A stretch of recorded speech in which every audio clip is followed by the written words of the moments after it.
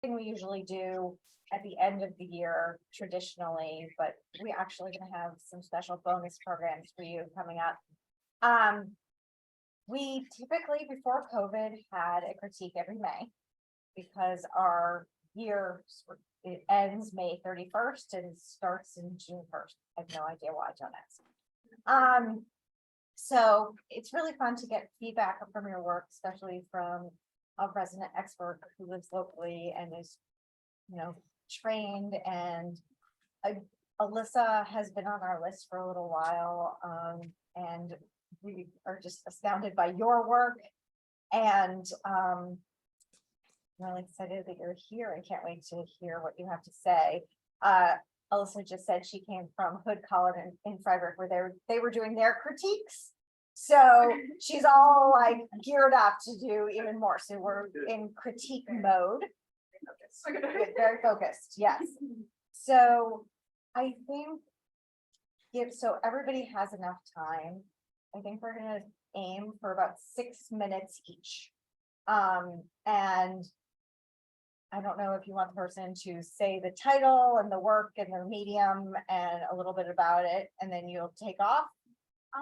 So I guess it depends artist by artist each time into the critique. I'd like kind of like have an idea of what do you want to gain by the critique. Do you want someone to have a like a raw read where I just discuss what I see and what the art says, or do you want to tell me a little bit about it so that it can help you push your painting or drawing or anything in a certain direction? So just kind of like have those things in mind, and then we can begin the critiques. I don't necessarily believe that just destroying someone's artwork verbally is ever helpful, so don't worry about that. I'm hoping that we'll be able to discuss your art together. So that's how we're going to begin, is when you put your piece up and just tell me if you like a little bit about it, or just say go. Excellent. And I will be in the background and I'm gonna time it just so to make sure, I want to just make sure everybody has their appropriate time. So you might see me give a 1 minute left and then I'll say when 6 minutes are up, so we all can keep moving. For you folks on Zoom, if you have any questions, feel free to type it in the chat. And if there's time before the 6 minutes is up, then we can have Frank read out those questions for Allyssa or the artist. How does that sound? All good? Okay. Judith, why don't we start with you? Because I know you want to get on the road before it gets dark. Yeah, sorry. This was our placeholder. Prime time.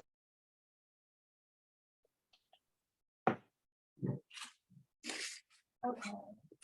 So what would you like me to give a raw read, or would you like me to give a just an immediate read of the artwork, or do you want a specific kind of feedback? Okay. Specifics. Okay. And could you talk just a little bit about it? Yes. Thank you. Do you mind if I pull a chair? Like, just so I can. Yeah. Okay. It's important that you're here. I got a big here. Okay. Okay. So your piece is in watercolor. Yes. And it's figurative. Sort of, yeah. And abstract. Abstracted figure. Abstract figure. What I understand by looking at it is it seems to be fluid. There's some sort of motion, maybe either in dance or music is kind of what I'm understanding so far. It's called Dancer in Orange. Oh, okay. And it's based on something I was watching during dance classes, and then also I think during a performance. I see. Well, that definitely comes across. That definitely comes across. The dance, movement. It's mainly centralized, I think. And how long about did it take you to create this? I don't remember, probably going back and forth. Maybe 10 or 12 hours altogether. Well, I think that it's mainly made in watercolor, right? No. I think that you're able to get a lot of gradients. So the orange as it turns into the yellows. I think something that you could experiment with is something called like a watercolor blue. Can't And hear. a watercolor blue, like a flower. Can't hear. And to do that, it may further push this kind of ethereal dance quality. It would be I did this piece probably about 10 years ago, so it's not a brand new piece for me. It's just a piece that I've always been drawn to. even further. Part of the reason it took a little bit longer than I normally would work on a watercolor Really boring. is because I actually did layering, which I know you supposedly can't do in watercolor. Yeah, I believe, I've worked with watercolor a little bit. I worked with watercolor a little bit. It's not my main media, but, I've taught in watercolor and I've watercolored before. I do think that your colors are very saturated, which is really good. It's difficult to get that in watercolor. But I would say perhaps, have you tried recreating the piece now? Have you tried recreating the piece? No, No? Are you interested in recreating? I'd love to work with dancers, but no, I've never tried to recreate this piece. I think once you've completed something, it's time to move on to the next. You take what you've learned and move it forward. Yeah. Definitely. That's definitely a way to do it. Yeah, I think your watercolor skills, you said it was a few years ago, right? A few years ago, sorry, a few years ago, you painted this piece? Yeah, I think I did this about 8 or 10 years ago. I don't remember exactly. Okay. Yeah, I think it has very like happy and very dancerly quality to it, so I can see why you're drawn to the piece as well. Yes. What other, I suppose, would you ever consider retouching it, or you've moved on and creating new things? You can touch because you're not making any marks. But yes. Okay. Well, it's been, yeah, your piece looks very nice, and it's interesting that you brought in a piece from so many years ago. I thought, I'd like to see some of your current work too. Unfortunately, I don't have my phone with me. I'll have to look. I'll have to check out your current work as well. Really don't. Definitely. So yes. I think some of it, did you use any of it with marker? I first started using watercolor pens in the last year or two. Okay. I don't remember if they were even available back then. I actually mixed up some watercolor and used a pen to create some of the very fine lines in brown. Yeah, I was looking at those, but there's like the very fine lines, but then also the watercolors. Because I wanted them to be very, There's 90 degrees, as I mentioned earlier, there's no. very specific lines. I didn't want them to be soft. Sand everywhere. We've seen entire families take the dust and behind it. Somebody's radio is disruptive. Hoping they'll be allowed in. What did you talk about? Balloon, watercolor balloon? So, in watercolor, if you apply a wet, kind of like, apply just clear water first, and then grab your pigment that's quite dense, and you just touch it, the watercolor. It's wet and wet and Yeah. it spreads out. Yeah, Okay. just allow it, there's not so much control, but, it creates a very, like a very soft effect. One of the things that I changed since I did this is on, I think this might have been on Strathmore paper, I don't remember, but I've since switched to Fabriano 140-pound cold press papers. I find that I tend to work these days very wet on wet. And I like the way that paper soaks up the water, but leaves it wet enough that I can actually still work in for a few minutes. Archer's paper also works well with that. Well, thank you very much for letting me. Nancy. Nancy here. Blacker. Okay, and Grace. Okay, Robert.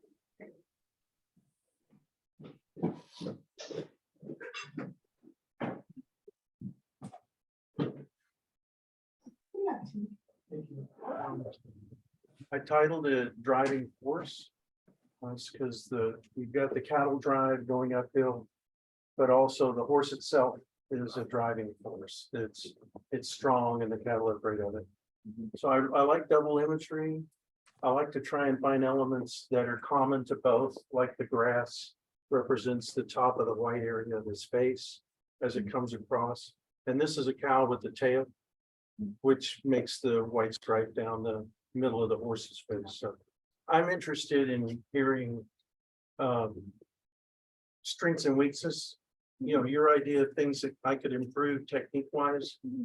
And I'm more interested in hearing weaknesses than strengths, but you got to give me a couple of strengths. Do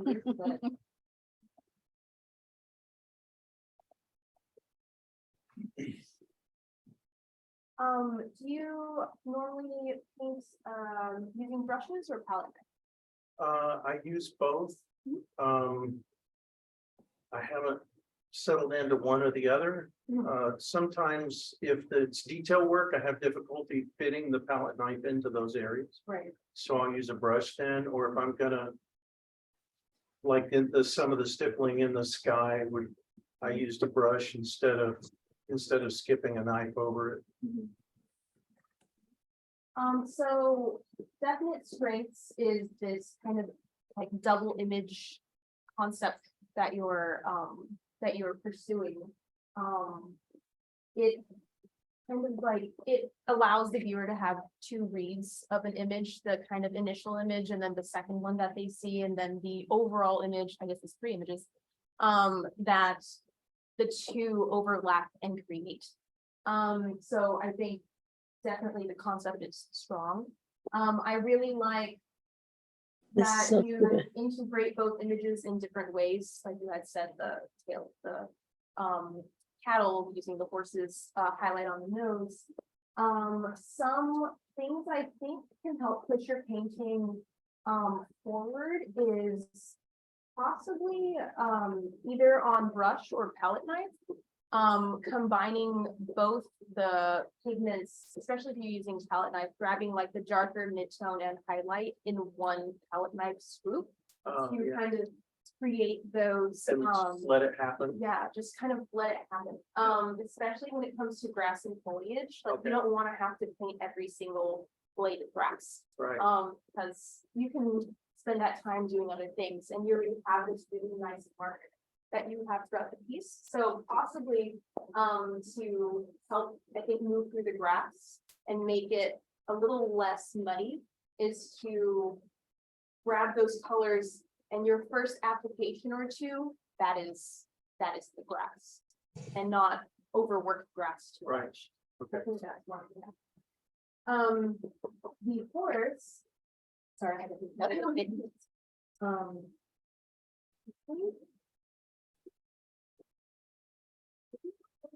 That was nice.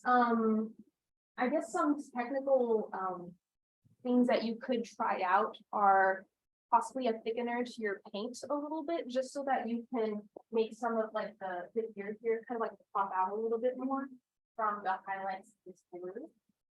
But these darks are really nice actually, and especially here, these darks work very well, into the figure. But yeah, I think having this kind of like, maybe more of a kind of textural, line. In specific areas where you feel like it's vanishing a little too much, can bring it out without you having to like alter the color. So that's, I suppose, a way that you could, but So that's just a thickener that you would yeah, mix into the paint with your palette knife, yes. and it does it is, slow down or speed up the drying time? Depends on the thickener. Is this with acrylic or oil? That's acrylic. Acrylic. You can use heavy body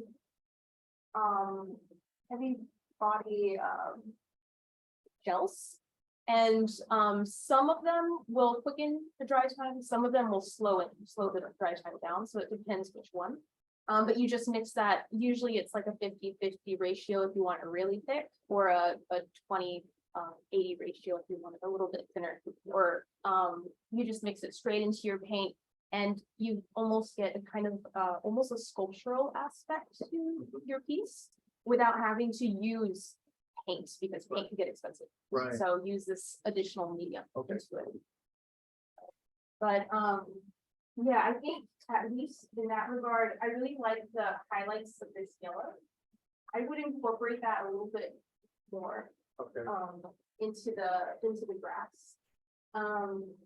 Because this is like a focal point right here. Right. Though the focus is to be up here, the yellow is right here. So this is where my eye will, after a quick look, my eye will go straight to the highlight yellow. So if you like either adding it a little bit through the grass, maybe a bit in the sky, maybe a bit of orange or those sort of touches, depending on the time of day. That's funny. I thought about putting a little bit of yellow actually under that horse in the horizon, just above the horizon, like way down between his legs, like a little yellow sky down in there. Yeah, I think that would be something that you can do to push the painting forward, just because the focus of yellow here is a bit too much. I would disperse it a little bit more. Okay. That is Thank actually time. Any It's other fantastic. quick Thank you. last minute questions, comments, anything from the chat, Frank? No, It's I got one comment, it says, from Ellen saying she really loves the translucent body. Really good job with that. Oh, thank you. The translucent body, and they're showing all the foliage on that. So, very good work there. It's online. No, but now you gotta turn the painting back this way. Okay. Thank you, everybody. Wonderful painting. Thank you. Yes. That's smart. Thank you. Bruce. To make the request, we have a request on Zoom, if you could bring some accurate ones. Yeah. This way a little bit, that's great. To be able to see it, Yeah. We can, that, and Alyssa, if you could also make, do your presentation on the other side of the. That way we've got. You can take a look and then move around. Yeah, I'll try to be over. You don't have to have your. There. This way. So this is Zion in Utah, and I was just struck by the low off of the cliff. And trying to capture that. So pretty much the same thing, string of some big pieces and sort of be dyed away with temperature.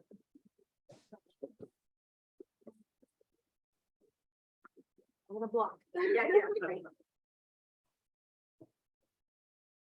Audience needs to see you, staring at it too. The intensity of the moment.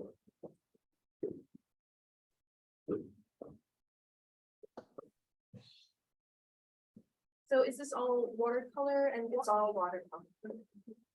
Any gouache or? There may be a little bit of white gouache, but. Okay, so overall. Okay. So it is, I've never necessarily been to Zion, but I've seen some imagery of it, so I'm kind of working off of those. Very saturated, vibrant colored place, correct? Well, that definitely comes through.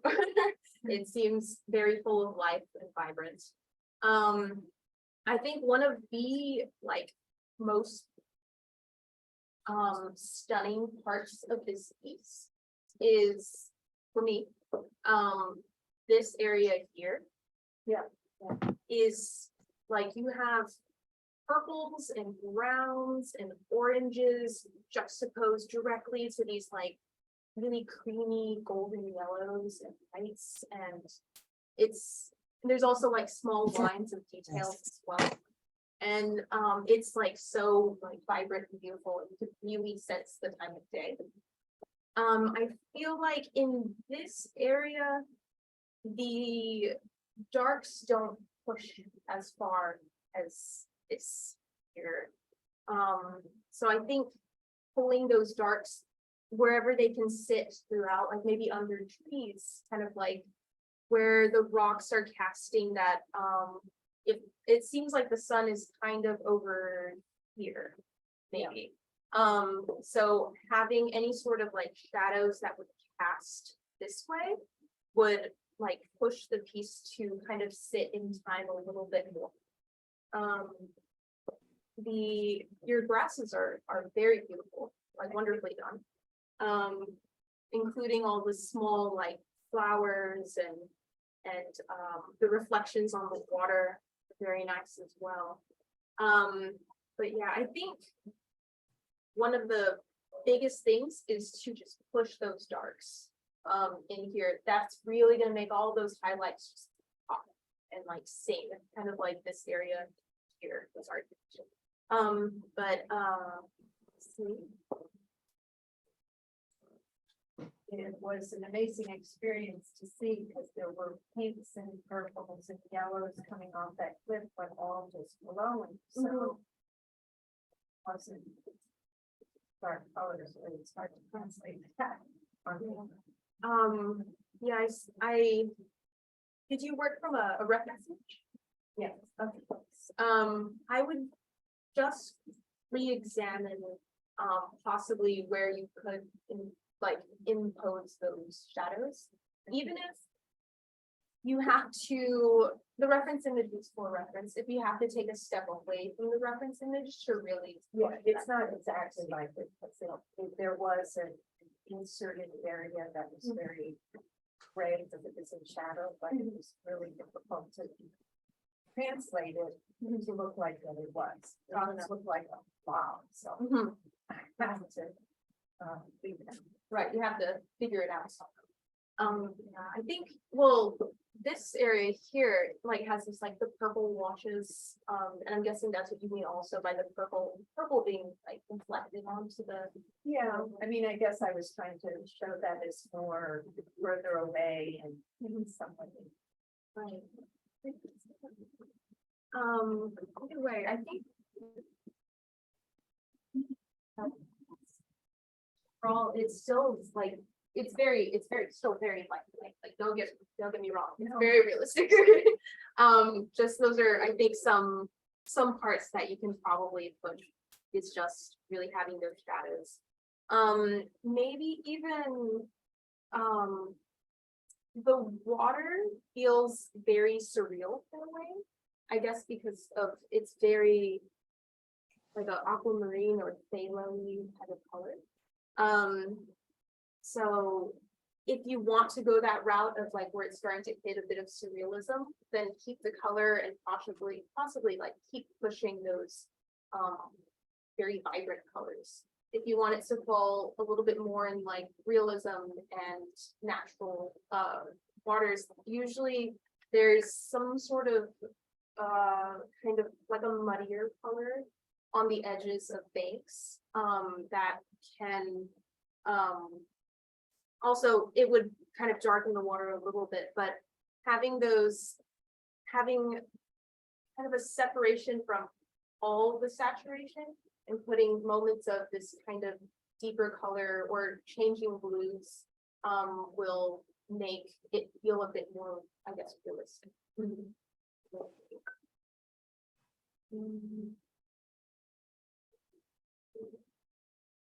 This tree that cuts in the front, I think it works.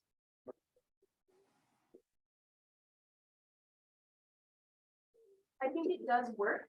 I would also possibly put a little bit of this kind of trees darkness throughout just a little bit, just to balance out these two forms.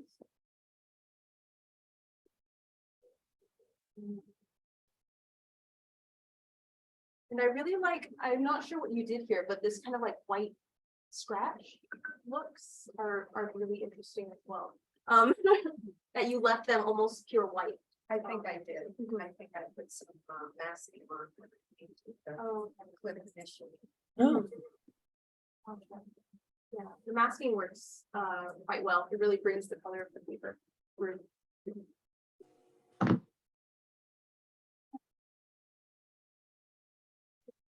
That's actually time. Anybody else have any other comments, questions? Audience? By the way, you're completely allowed to disagree with me. I want to let you know what I say is not law. But yes, I think that this is really quite good.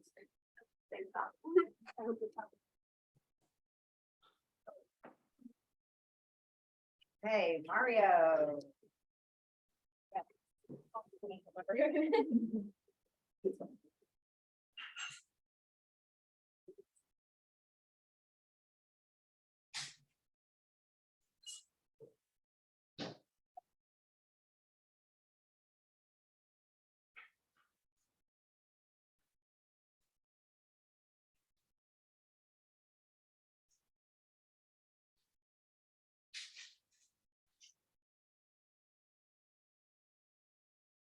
What would you like from this mark? Just to, critique it in the end. Successes, failures, or a wrong? Just your opinion on what could I do better.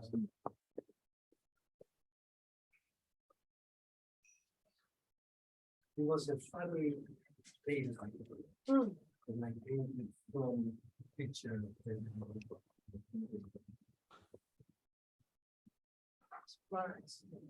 Yeah. You painted from a picture the time of day was. Yeah. Is this final stages or work in progress? So this is done. Done.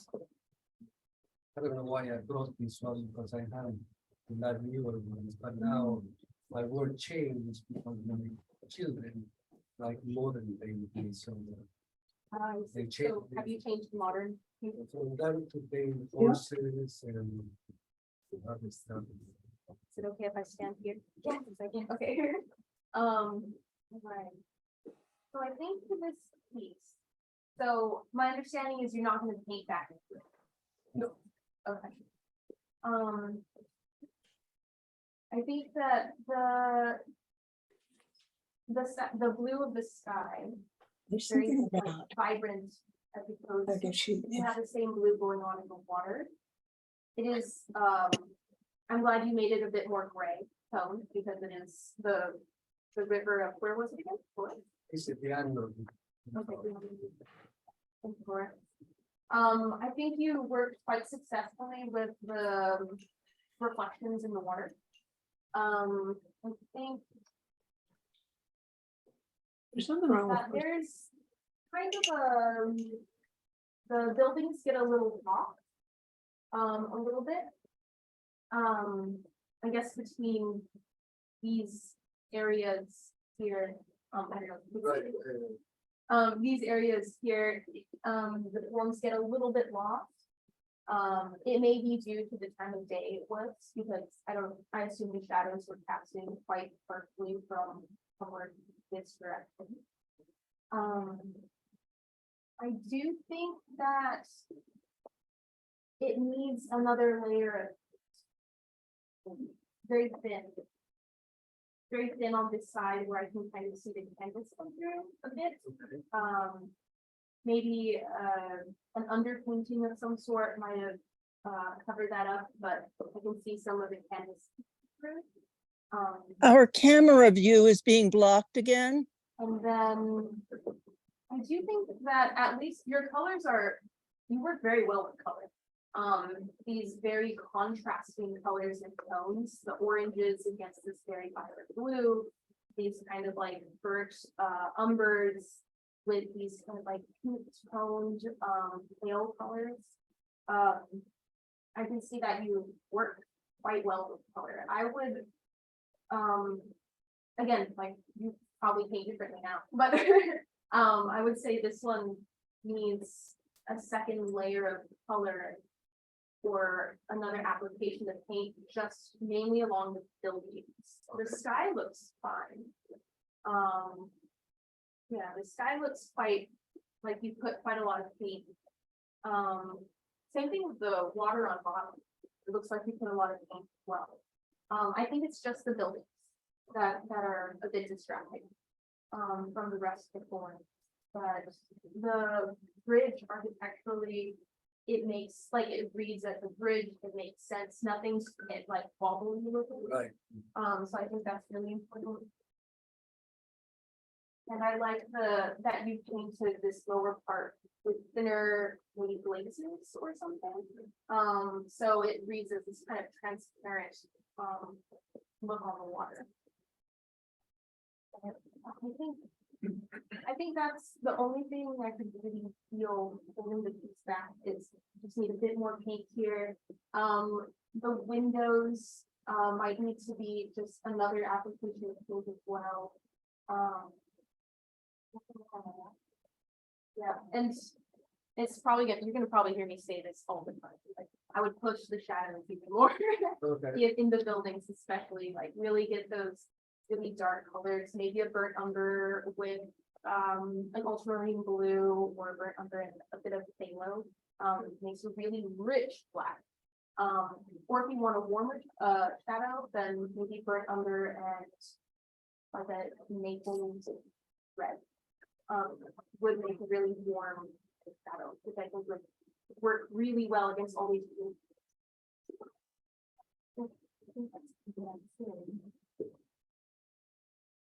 And this building up here, this highlighted building, Yes. I think that's maybe to distribute the highlights a little bit even, a little bit more even. But the shadows work well on that building. It really pops.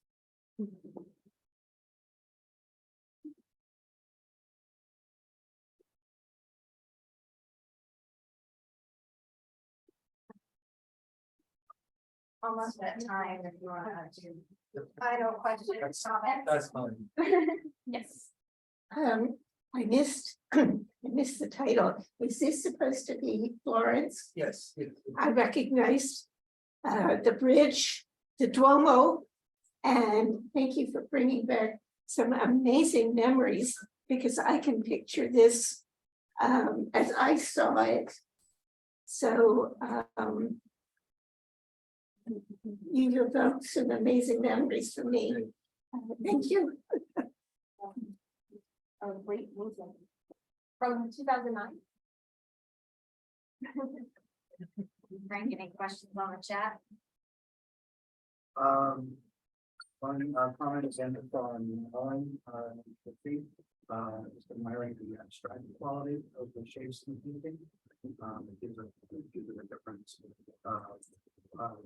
kind of nuance.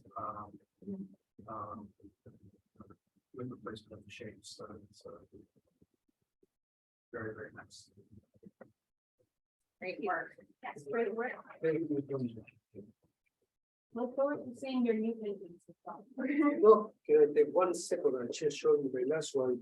I hurt myself about a year ago, so I stopped painting. But this is the last one I did. Oh, wow, that is very different.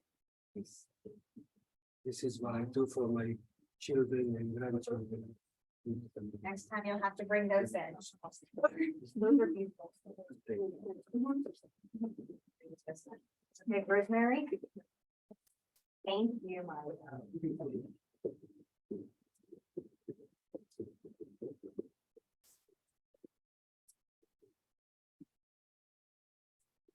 Okay, so I'm just drawn to portraits and figure painting, but I feel sometimes that what I'm doing is a little too flat.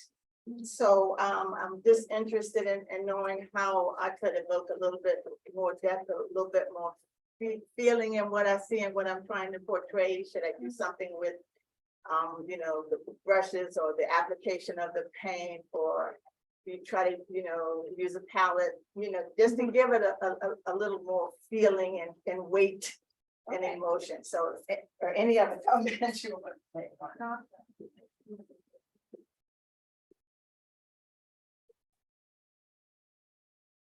Sorry, viewers, I'm okay. That's acrylic on board. Click on the panel. Yeah. And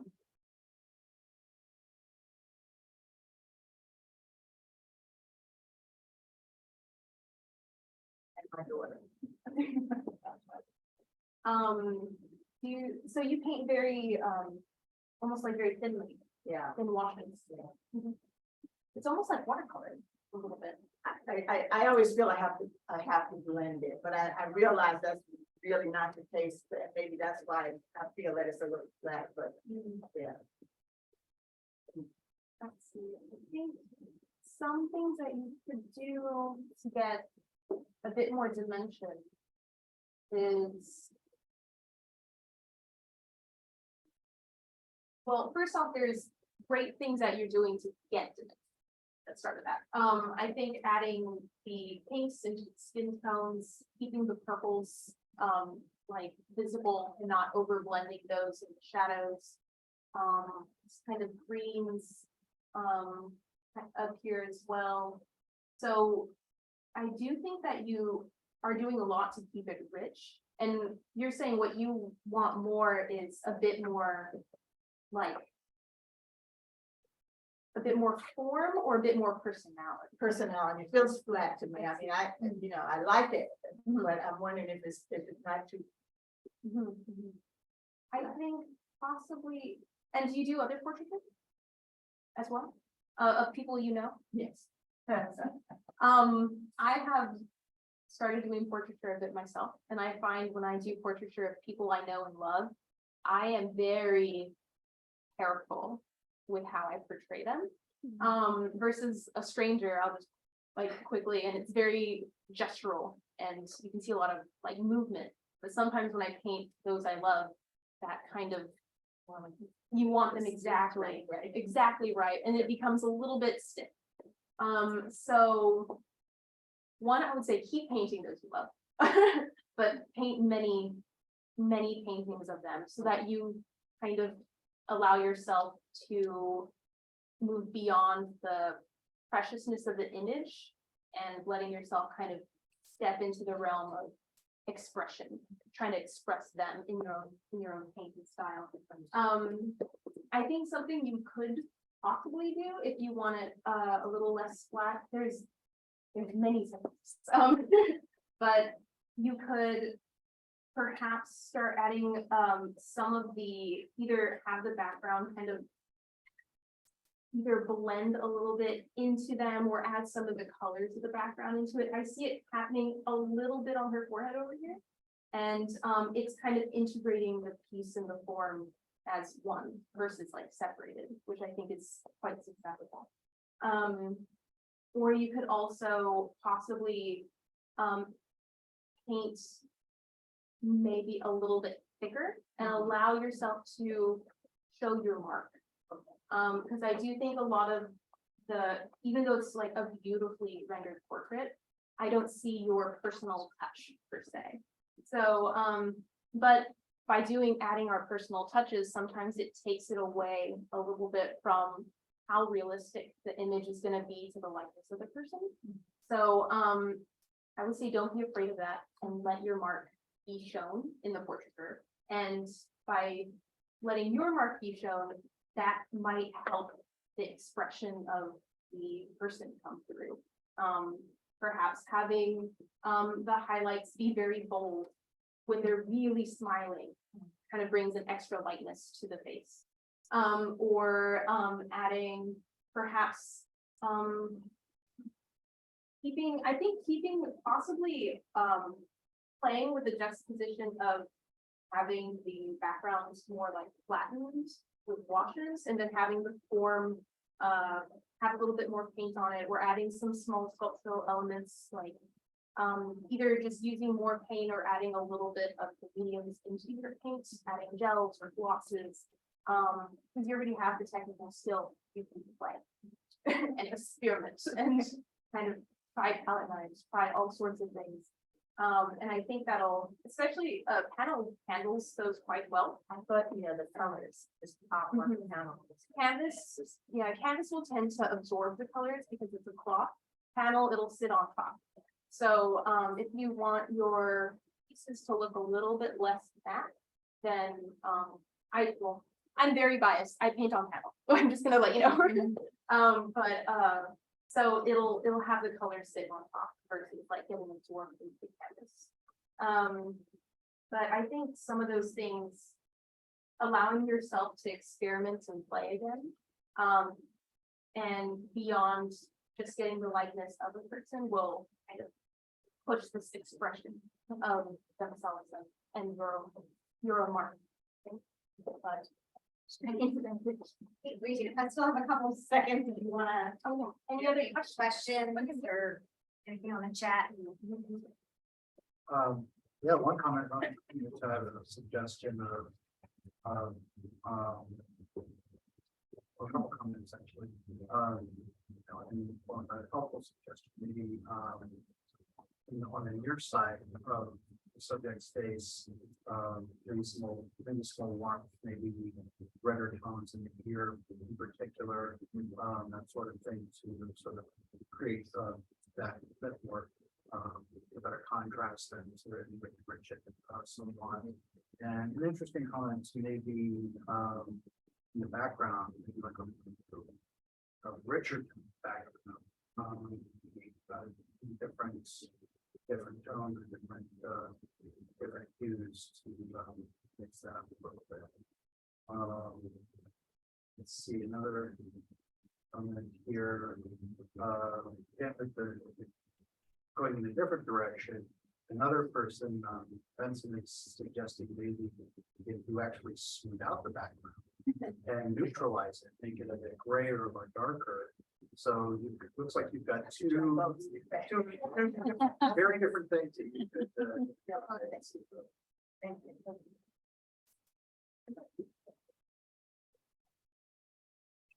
Thank you, Susan.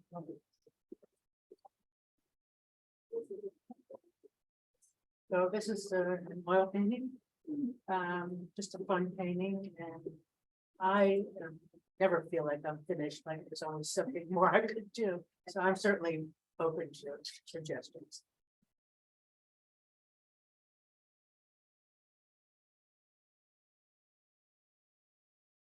You have something shiny in your painting. Like I don't know if it's meant to be there, but there's like a reflective like element. It's like I actually really like it. Okay, but I was trying to create snow on the snow on the cake. yeah.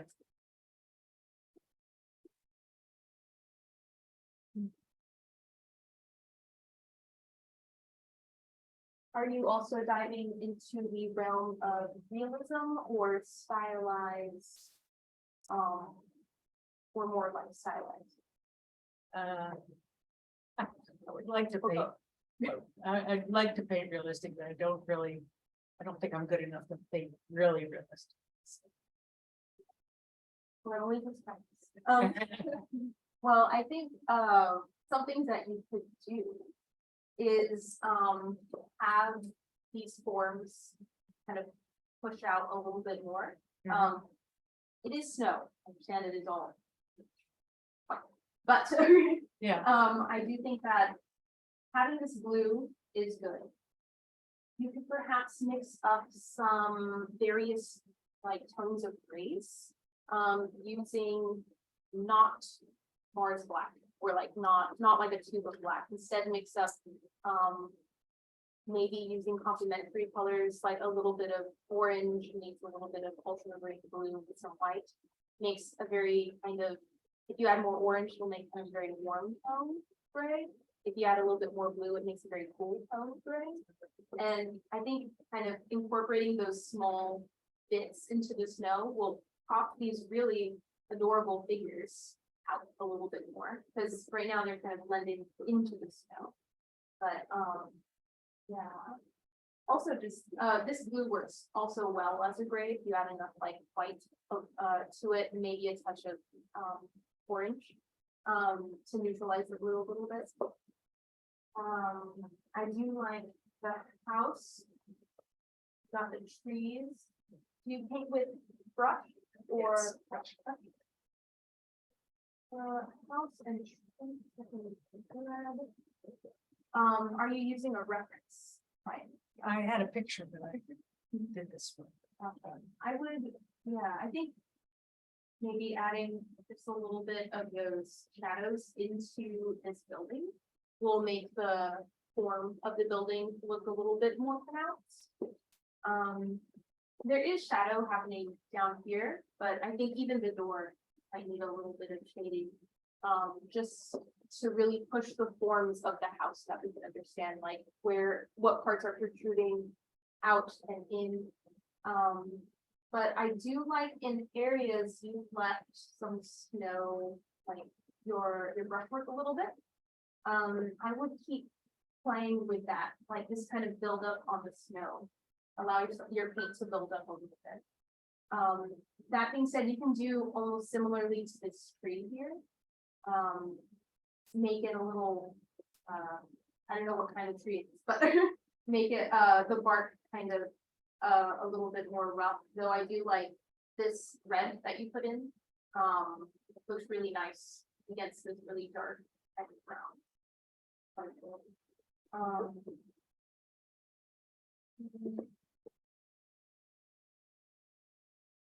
The sky looks, I like the blue of the sky. I'm assuming it's a similar blue to here. They're very, I guess, related. Yeah. Ultramarine. Yeah, ultramarine blue. Yeah, I think maybe forming this little puppy dog snowman, making that form a little bit more because it's getting lost back there. I think Yeah. it would be nice to see it a little bit more. But to work with grays with snow, you have to work a lot in kind of gray spectrum. So figuring out like either mixing a lot of grays on the palette. Do you use oil or that's oil? Oil? Okay, then they won't dry immediately. Then mixing up a lot of different types of grays and then seeing kind of like play with it like a puzzle one. Like where could you insert these various grays to make your little forms come out of the snow? I think that would be really helpful. But the piece looks, it makes me think of like a Christmas card. Like, yeah, it's very like joyful and everything. So I do very much agree with that. Like, very much. All right, maybe you should make this your Christmas card this year. Yeah. There you go. It looks nice. It's a good idea. Yeah, very much so. I love the dog. Yes. Thanks. And you like little dog. Little face, and even the child, there's so much like, it's such a small face, but there's a lot of attention to like exactly where his little eye and nose is. And the highlighting on the hat is really well done as well. Thanks. Anybody else have any other comments or questions or? Yeah. Thanks for the chat. Okay, thank you, Susan. Thank you. Elizabeth.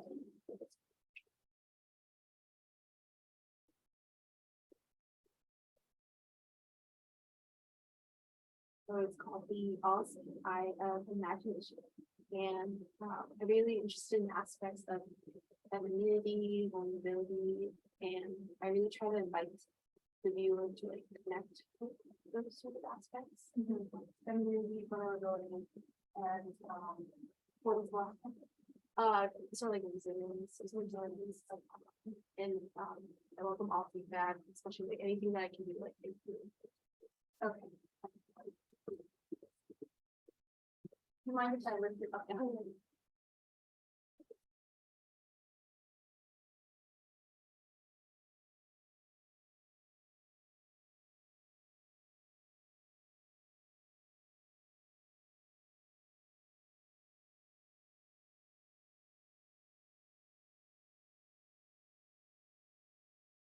You paint in what?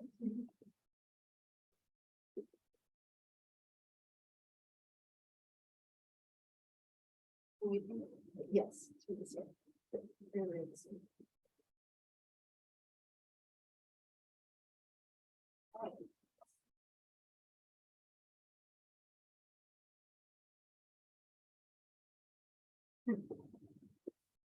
Okay, so for, I suppose the kind of femininity aspect, from what I understand would read from it is the kind of, oh, does it have a title? Yeah, it's called the all-seeing eye of imagination. Of imagination. So in regards to having it read with vulnerability or femininity or like pushing aspects of it, I do think that the clouds are very well done. You could possibly incorporate also like those kind of cool tone grays to kind of really define the different clouds and forms, to really create like a push maybe through the bottom a little bit.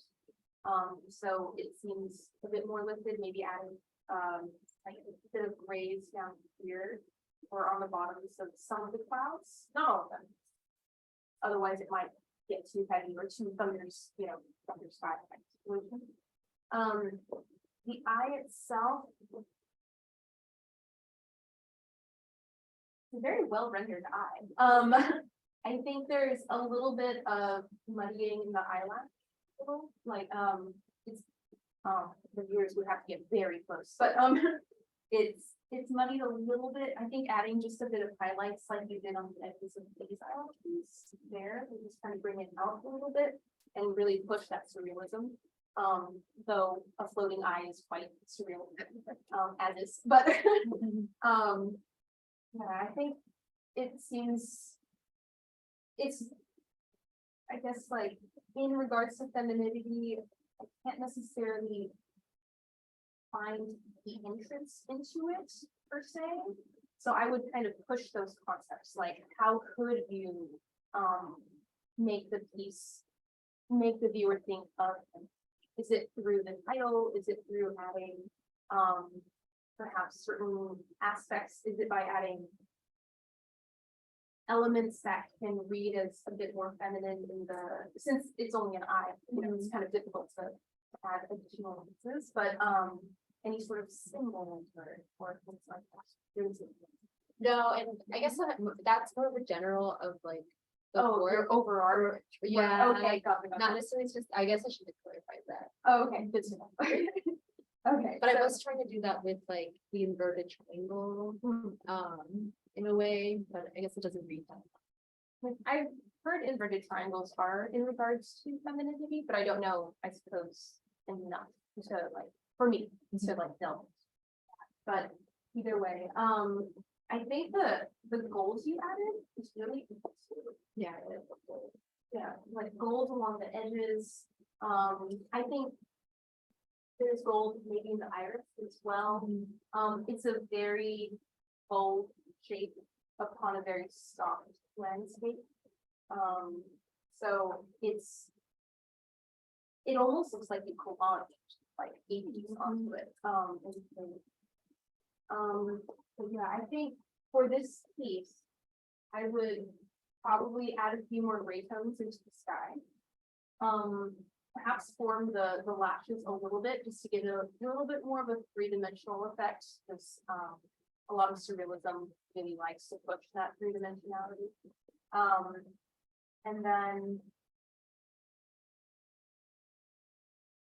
I think perhaps adding a bit of this is up to you. A bit of like warmth to the clouds. Like I don't know exactly where the sun is. Perhaps adding those kind of like highlights so that where the sun hits the clouds would also really put the realism that's back here. To be almost as loud as a very bold shape that has suddenly a lot of reds and yellows and blacks versus the very cool calm outside. But yeah, I think the eye is very well done. The triangle looks very sharp. Did you make, just out of curiosity, did you make it with tape or did you just with line? I need to tell my students that it is possible to make a straight line. I didn't want to say because I first painted the clouds and then I painted the triangle over it, so I didn't want to. I put tape over. Oh, okay. You put the tape over the clouds and then painted the line. No, I didn't want to tape over the clouds. Oh, you didn't so want to I tape. used I use a very Very nice. My students were telling me it's impossible, but it is. You just have Draw a straight line. to draw a really straight line with paint without it fraying at the edges. So the brush has to be very specific. A lot of paint on it. I hope I was able to help. Yeah, that was very helpful. Thank you. Anybody else have any questions? Anything like the comments? It's a concept.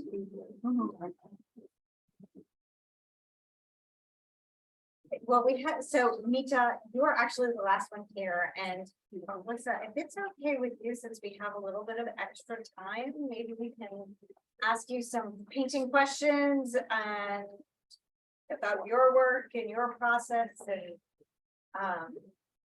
anybody wants to add in from the audience. And I'll do.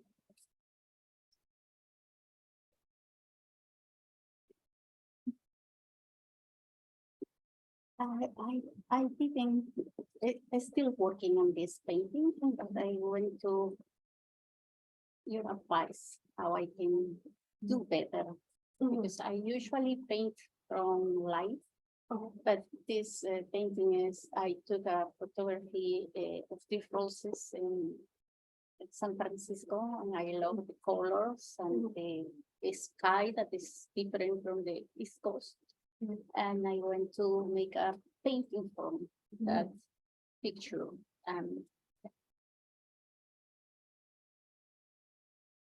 So you're still actively working on it.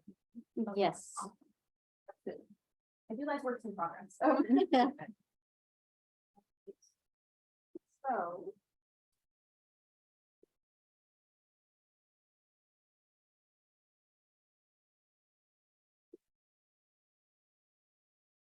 So, in the painting, you're wanting to push the colors. The colors of the roses. The colors. Yeah. Yeah, some of them, no. Right, specific. Yes. This one. Mhm. This one. Yes, and that one, yes.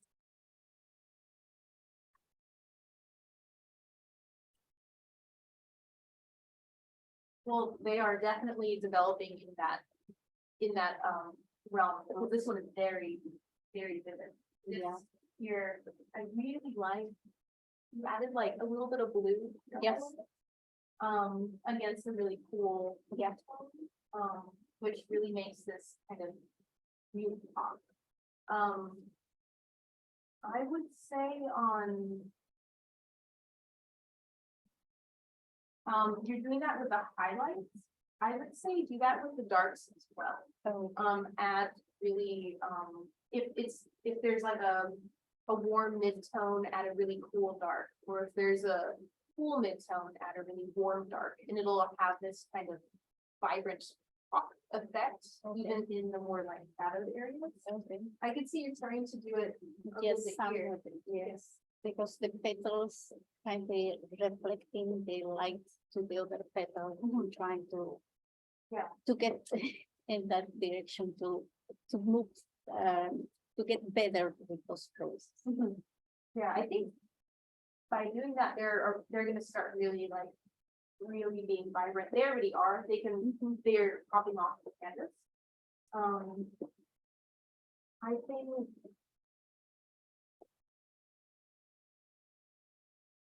Do you intend to keep the leaves a bit more like soft in the background? Yes,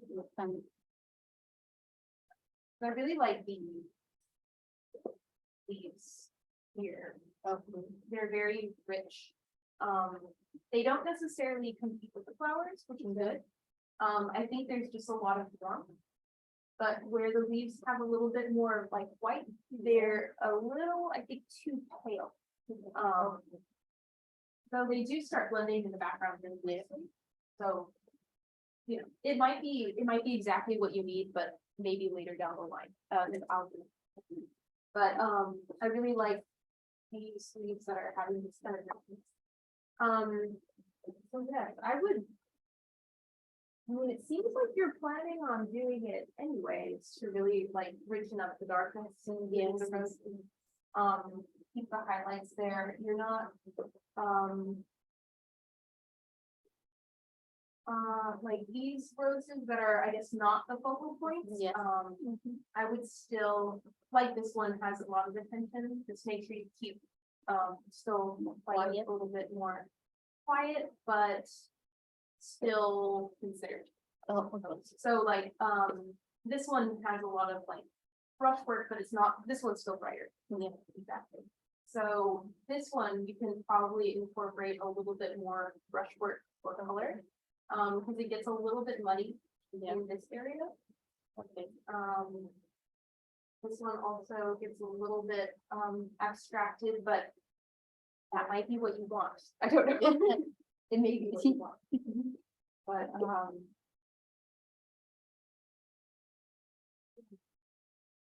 I think for I don't know on the photo how dark the ground gets or like the soil. I would probably make it as dark as some of these areas inside with different kind of like phalos or blues, or like a really rich in some brown. in some areas, no, in all of Not in everything. Only in those like smaller areas. Especially if you want something to pop forward, like this is technically pushed back, but because it's surrounded by all this darkness, it still comes forward enough. So, of course, using your own judgment on where to put those like dark aspects of the What do you think about the leaves that are in the left side, in the top? Do you think, I think maybe define some of them or just leave it with that? These up here, right? Yeah. It might be my own personal preference. I think they're a bit too thin. They look almost like too much like an underpainting. Okay. I would do something with a little bit more paint on it. Okay. Even if they're paler than everything else, like just a little bit more paint. Okay. But you can still keep them gestural and abstract. Okay. Anybody have any last minute questions, comments? The fact that Nita's socks go with her painting. Oh, yeah. It really pops out at you when Fair you enough. first see it, you know, Oh, it's lovely. Thank you. Frank, anything on that? No. Okay, thank you. Well, I'm thinking, because I know this is supposed to go to about 8:30, if we had any questions for Allyssa, because I know I have a bunch in terms of what you're working on, how you practice, that kind of thing. Like, where's your studio? What are you working on now? Figure I'll get that ball rolling. Sure. So my studio at the moment, is, I do have a studio in my home. I converted our loft space into my studio space where I create paintings, drawings, collage work. I do digital blogs on my computer, which is downstairs, but in Maryland, it's where I work out of. And What's your favorite medium if you my work out favorite all medium. oil paint? Always. I really like oil paint. I wish I liked acrylic, but it doesn't like me. I recently discovered open acrylics. Has anyone used open acrylics before? They're a slow drying acrylic, and I love them much more than regular oils. I mean, than regular acrylics, but I use acrylics more as underpainting. Okay. So I can quickly get the idea down and painted and getting all those blocked in shadows. It dries within 15 minutes and then I can oil. Oh, very interesting. Okay, and it doesn't disrupt anything? No, as long as the acrylic is dry, it's almost like gesso. It won't interfere with the oil. Always spat over the dough. So the thin drying will be always on fire. Excellent. I have a glazing question. I'm on something I'm currently working on. I want to go into the sky and glaze some red and orange and some lavender in a rainy area. And I've never done it before. So I've worked so hard on this. I'm really worried about glazing and messing it up. But I'm working in acrylics and Okay. it dries really fast. I've heard about that I could glaze oil over acrylic, but not the other way around. You don't put acrylic on. Right. And so can you just give your advice to me real quick on what medium, how much do you mix? How do you apply it? Little bitty or big brush or what? Well, first off, always test it out on not the piece first. So make sure you have prep a small canvas with similar colors that is on the main canvas, or small straps, prep those. But when it comes to glazing with acrylic, there are mediums that work similarly to glazing in oils. You could glaze in oils. If the painting is dry, you could glaze in oils. I think what I like to use is Galkit medium for oils. In acrylic, I think there's something called it's like golden gel gloss, I think. Would you recommend oil versus acrylic? Is there a reason for that? I'm trying to make that decision. Well, I would go with what you are more comfortable with. Like, I'm more comfortable with oils, so I would choose oil. But if you're more comfortable with kind of like acrylics, I would probably look more into those mediums because they'll play really well with everything else you have. Because you wouldn't want to mix oil, Galkit that's meant for oils into your so there's I think Golden sells like this kind of like box of starter mediums, and it comes with gels, it comes with coarse grains, it comes with all sorts of things.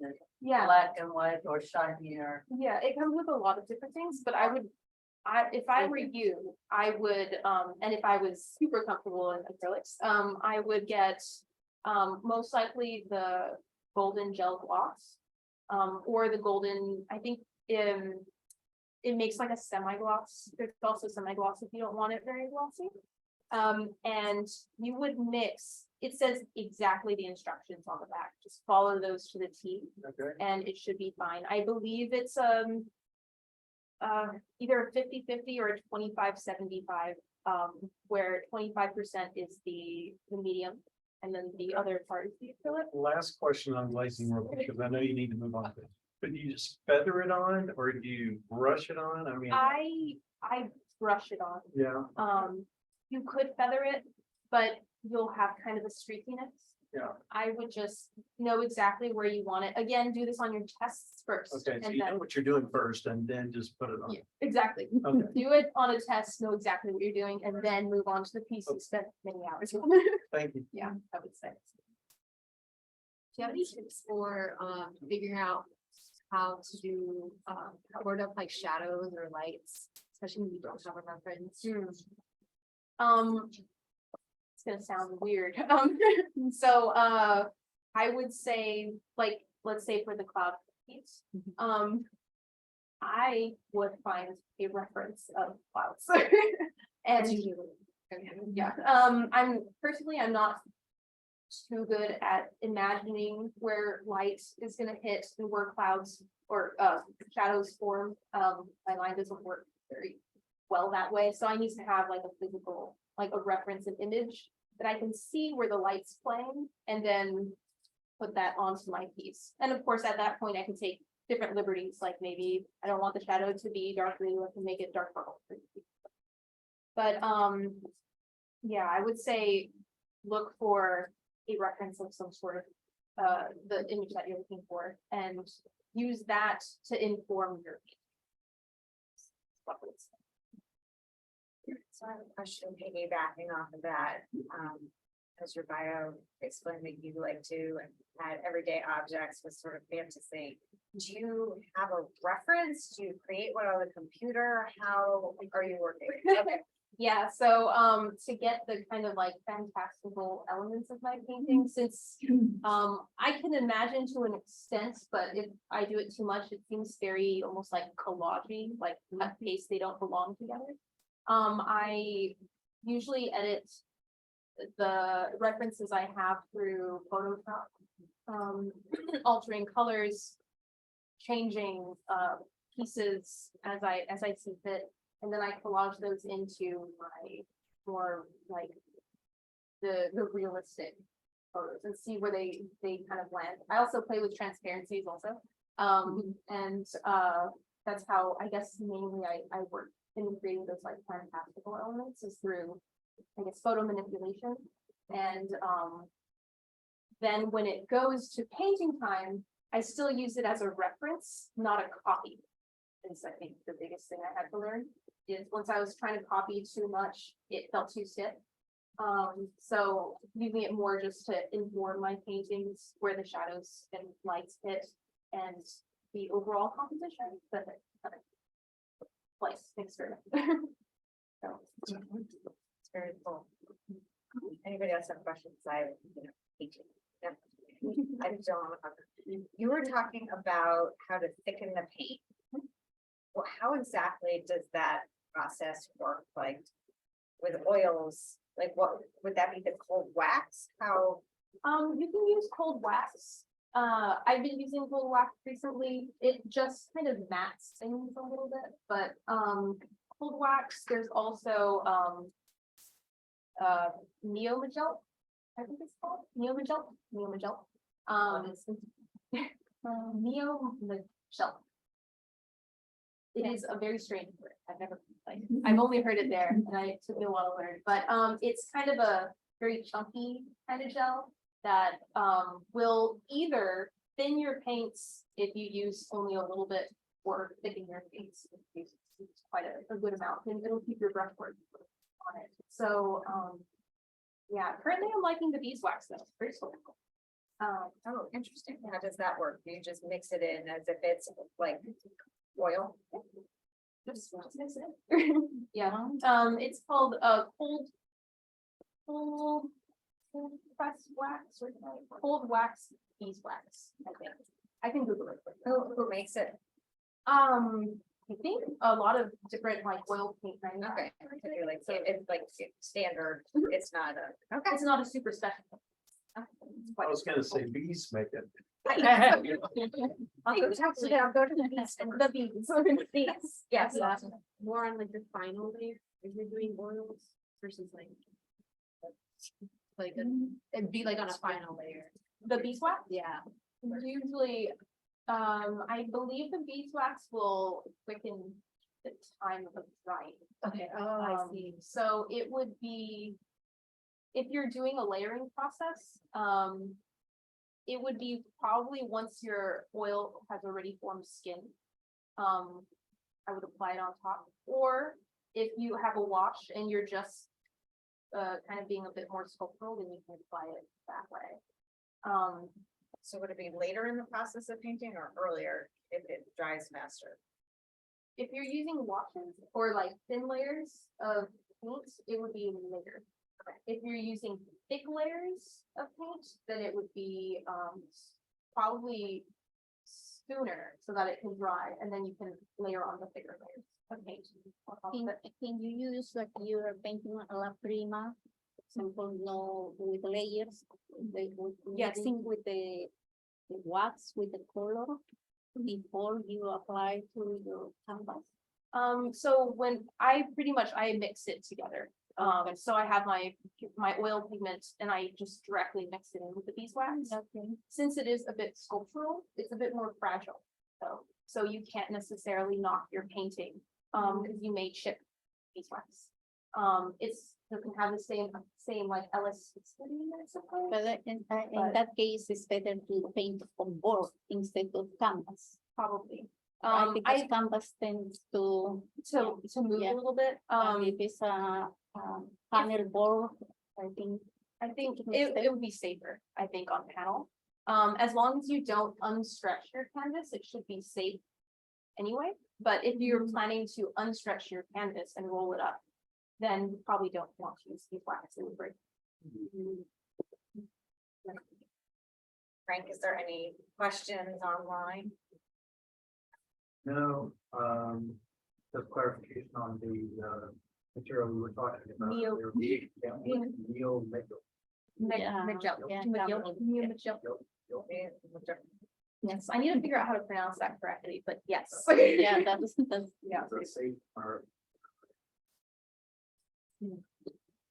So I like purchasing it's like a small Gamlin solvents kit, and it has like 6 or 7 different solvents.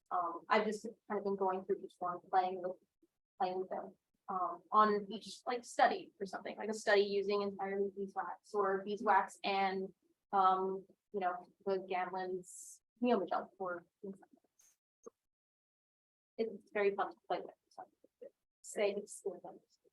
Do you have any exhibits coming up or anything you're working towards? I think me and a few other artists that I graduated with from American, we may be having we're talking with the curator, an exhibit at BWI International Airport. Oh, cool. In that little gallery space, we might have a few pieces there. Now that the university is done, we've done finals, I can finally go and then start booking into shows again. Yeah, oh, that's definitely takes time. Do you have a favorite book for landscape painting that you like the way they describe techniques?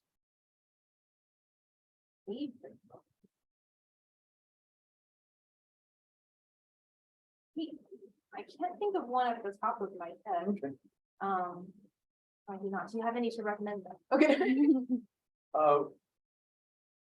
Paint what you want to see is the title of a book that I heard about and I bought it. It's really, really good. A lot of good, like 30-something examples that you walk through as you learn it and do them, like exercises. Gotcha.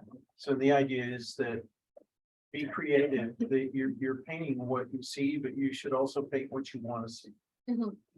I think that's a pretty good philosophy in painting. No, that's a great one. Okay, so one last, Who is your favorite artist, live or that is not alive? My favorite artist changes quite often. I think right now I'm liking Kim Dorland's work. Who makes landscapes of like Canada is where he's from, but he also makes them in a very almost abstract way. They're figurative, or like you can tell they're landscapes, nature, but they're also so gestural and that I think probably Kim Dorland at the moment. And then Inga Eisenhai, probably the second artist, and she's more surrealist. She works with enamels. So I've never worked with enamels, so I cannot help, but yeah. So those two, I think. Okay, I have two last questions. One, do you have any like podcasts or like what do you listen to? If you have any that you really like, and do you have any words of advice to budding artists? Okay, Podcast, books, website, I guess that's Yeah. me, like things you like to go to like, you know, I really educate. do like Spotify's like playlists on different topics. I think right now, I listen to it as I paint, and it was not helpful to this situation at all, but it just helped me get in the studio. I love like Dungeons and Dragons podcasts. And they're not art related. I watch a lot of YouTube mainly when it comes to art related content. Like specific artists and their like studio practice or kind of like projects or challenges that they're doing to push their art in a certain direction. So I think probably more YouTube. Right now I'm looking at this one. I have to check my phone. But Yeah. and then advice. I would say keep like experimenting and play. Like I always there's some assignment that a project that I give to my students that they hate but they end up loving is to the 30 studies project where you have like maybe a month and a half to create 30 studies.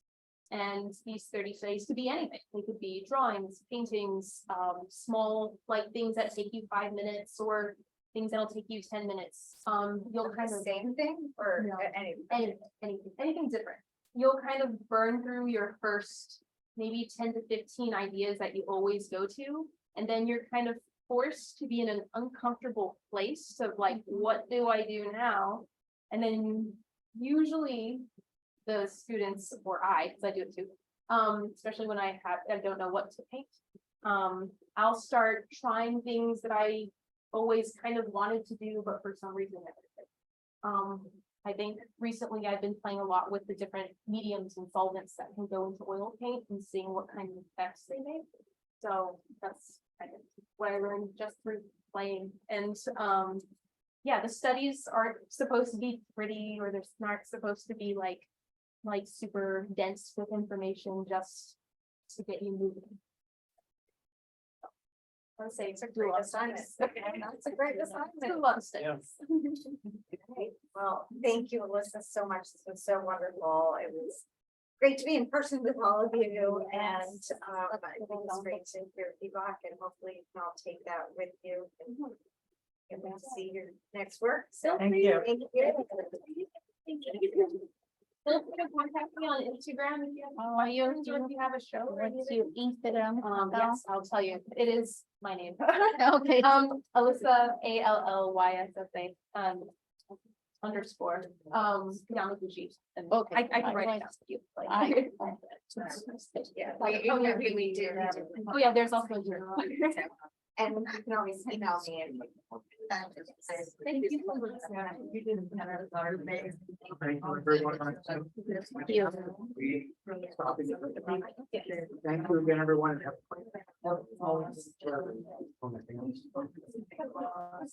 Well, I would like